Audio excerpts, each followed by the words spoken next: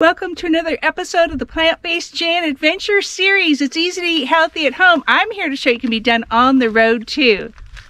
We are on one of the best places on the planet to find fossils and dinosaur bones. Thousands of them.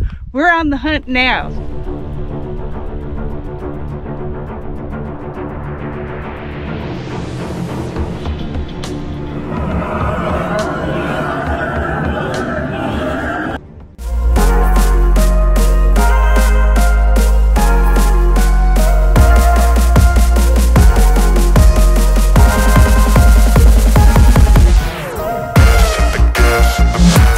This is Dinosaur National Monument, and this is the Utah side where the fossils are.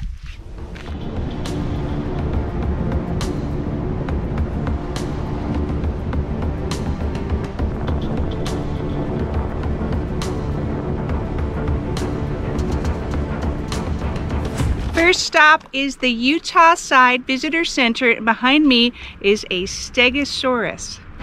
I talked to a couple of the rangers and they said that the number one question is really just how to navigate this monument because it's so big, 200,000 acres plus, and there's so much here. It says, do not climb on the stegosaurus. I know you want to.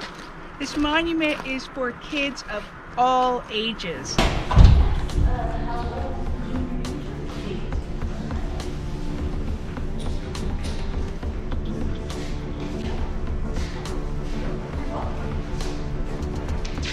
Trying to figure out which one of these to buy. There's 23 different rock layers spanning 1.2 billion years. Right here in the Visitor Center, Quarry Visitor Center, is a 3D map. And the main thing to know about Dinosaur National Monument is that it's split over two states. You see this white line as the border. There's Utah to the west and Colorado to the east. And the dinosaur fossils are on the Utah side.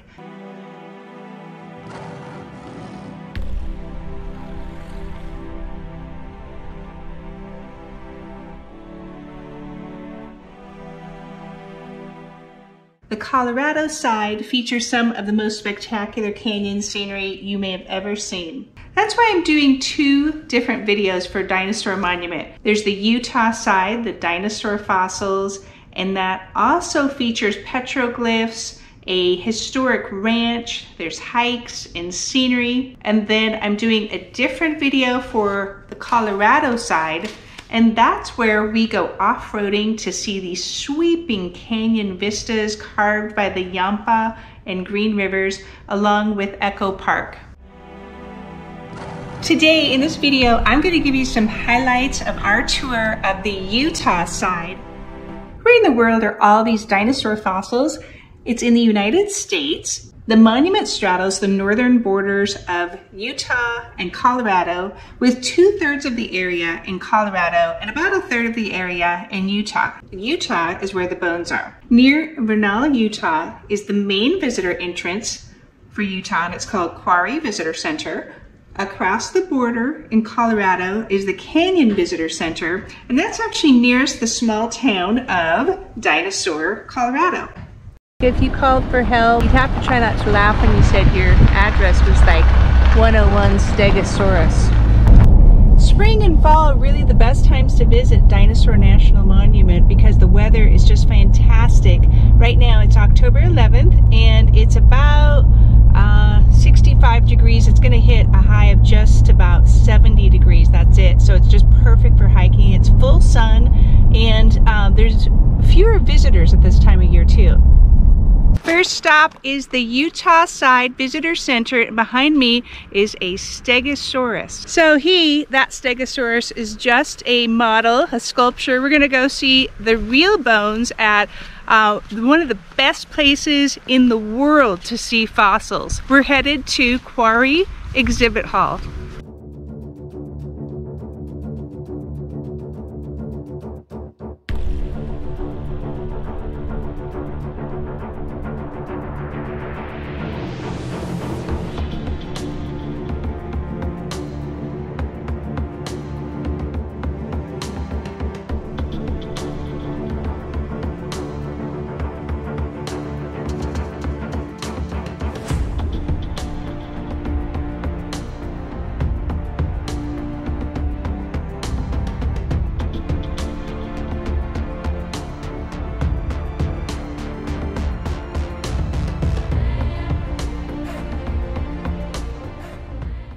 The Quarry Exhibit Hall, 2-story, built right on that wall of bones. In the summer months, you'll want to take the shuttle up here, which runs every day consistently, because there's too many visitors and there's too much traffic, so you won't get a parking spot. Here it is. This is built right into the side of the mountain.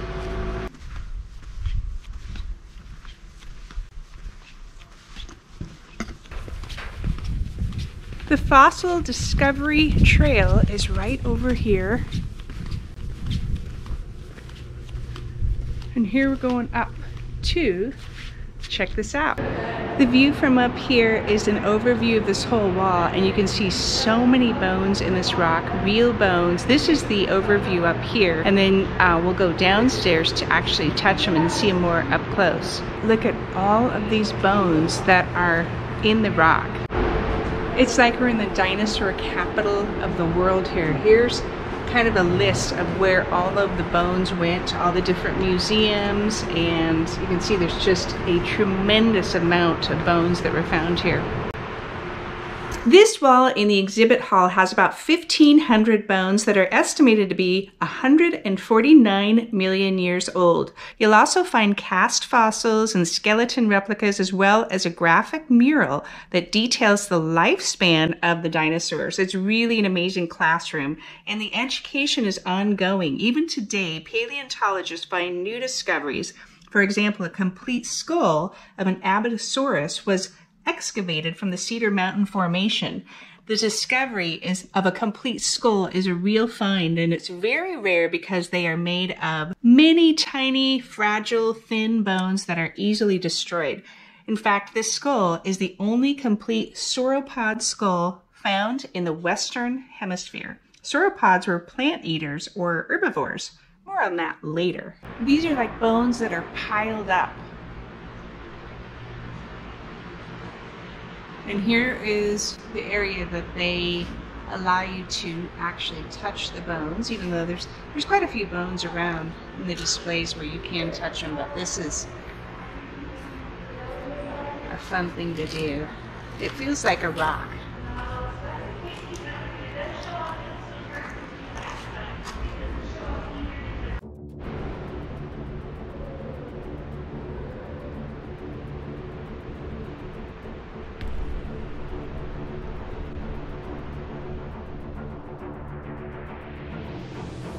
Let's check out the fossil trail. We are heading down to that fossil discovery trail, and you can see from the rock that this is going to be a really good place to find more fossils.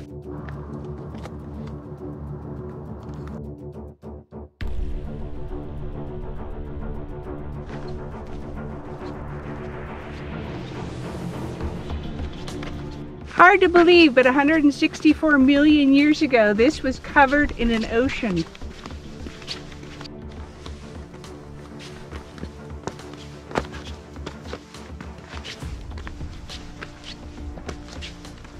Clam fossils. This part of the trail is the hunt for real fossils. I kind of feel like an archaeologist. Hunting this wall, scanning this wall for the fossils and the dinosaur bones. I think I see what looks like a backbone up there. One right there where that lizard's crawling. The white arrow marks what looks like maybe a backbone right there.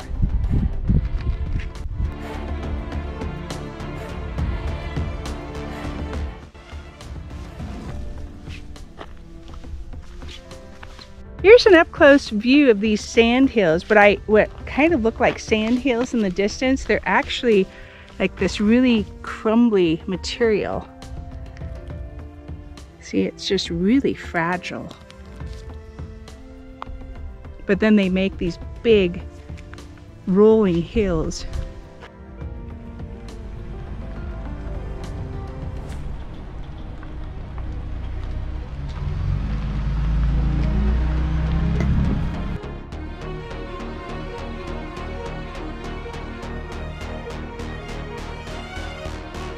We're heading up a little trail that goes to Swelter Shelter and also some petroglyphs. Speaking of petroglyphs, there's a lot of other features of this park with the ancient humans. There's petroglyphs and pictographs. Petroglyphs tend to be chiseled into rock, whereas pictographs are images that were painted onto the rocks.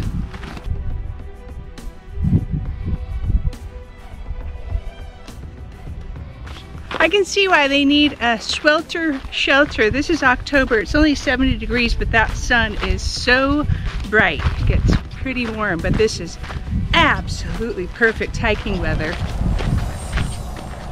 Coming up to see petroglyphs from the Fremont people, which dates back to about 1,000 years ago. They say that this is the perfect canvas for these petroglyphs, which can never be replaced. Continuing on to a place called Split Mountain, which looks exactly like it sounds. It's tilted rocks carved into their dramatic shapes by the Green River.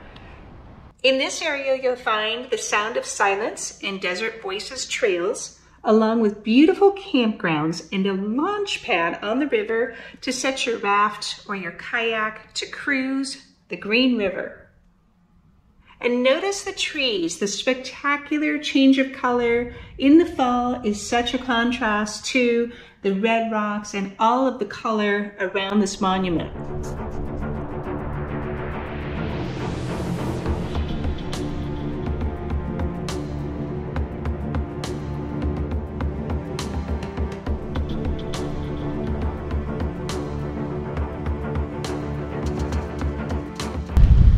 We might call this one of the most beautiful scenic boat ramps ever.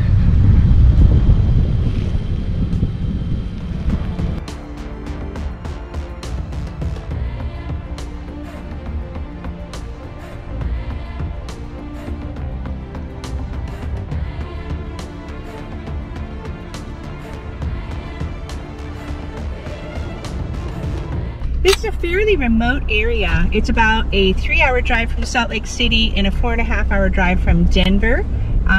It's also, what I noticed as we drive through the park, at least on the Utah side, the internet seems to be working. There's cell service and some data service, so it's more connected than you might think.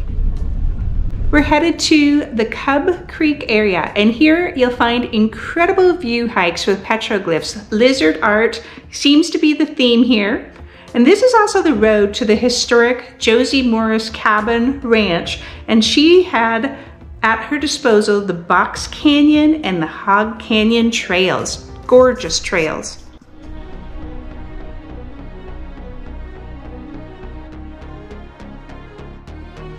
Right off of Cub Creek are the Cub Creek petroglyphs, and I have spotted one.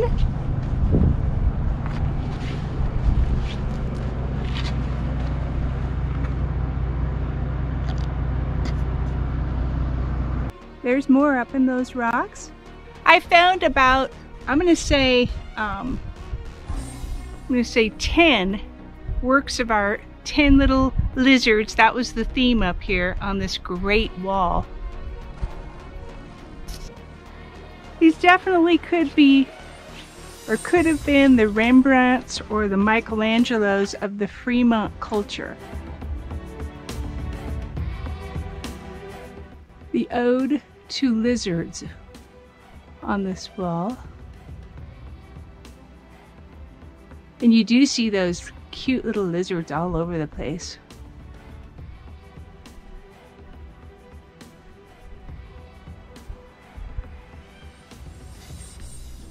That's the biggest one up there. You've got that desert varnish on there. Here's one up close. They have a huge canvas here. It's pretty amazing because these petroglyphs are over 1,000 years old, that they've stood the test of time. Of course, they're chiseled into the rock, but they do have the that desert varnish, which is water and the elements that create the black stripes and some of the blackness on the walls, on these great walls. Just really interesting to look at their works of art. I want to take a moment to look at the layers in this wall because you can really see them up close here. There are 24 layers of earth in this park covering 1.2 billion years. We definitely have all the color of this red rock, different variations in the grays and the beiges, but we also have the color from the plant life. And there's also quite a few little wildflowers, some purple flowers. All in all, just the whole perspective is just stunning.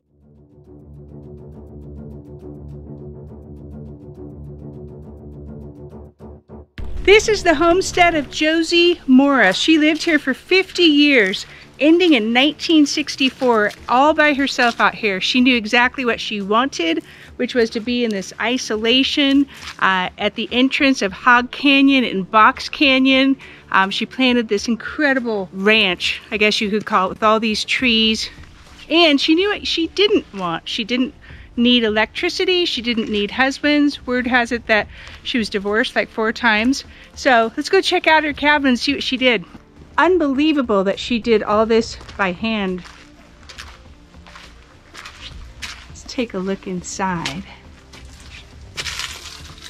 Great windows, picturesque windows to see the view out there. Look at that little fireplace. It's a nice, tight little cabin.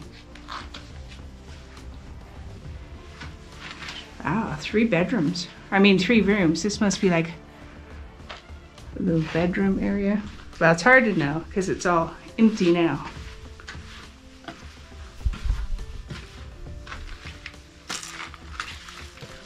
She comes out to her fruit trees and all these shade trees. This is part of her garden plot, and these fences were actually put up by her. Keep in mind, she was 90 when she died, and she survived out here just fine.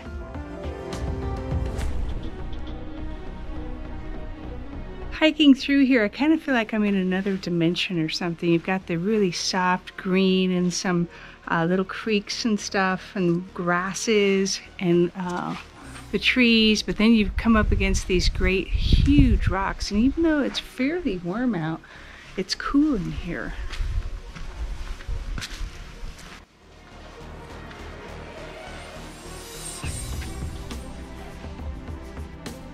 I'm totally alone out here. Well,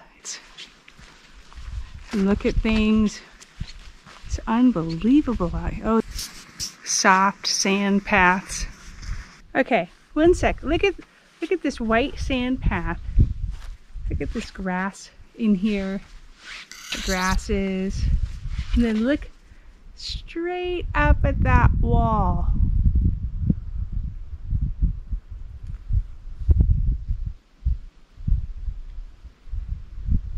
Look what I found, a baby arch. Some really interesting formations.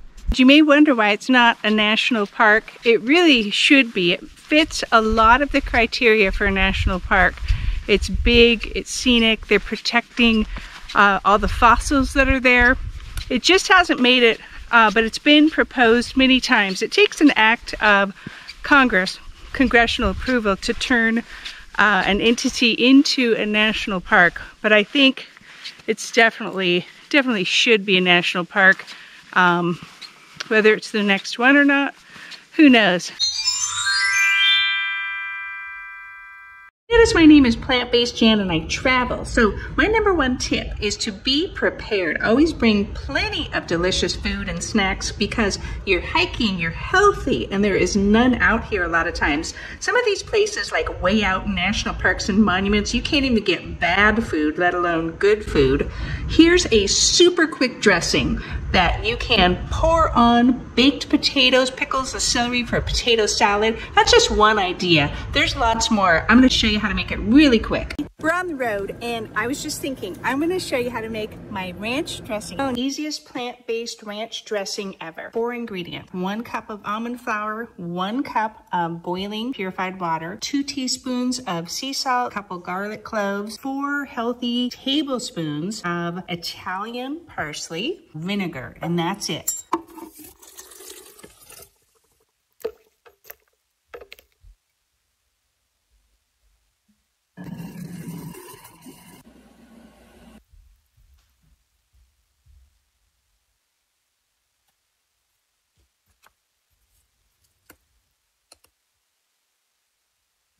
And that's it. That's all you need to do. This will keep in your fridge in a stored container for about a week.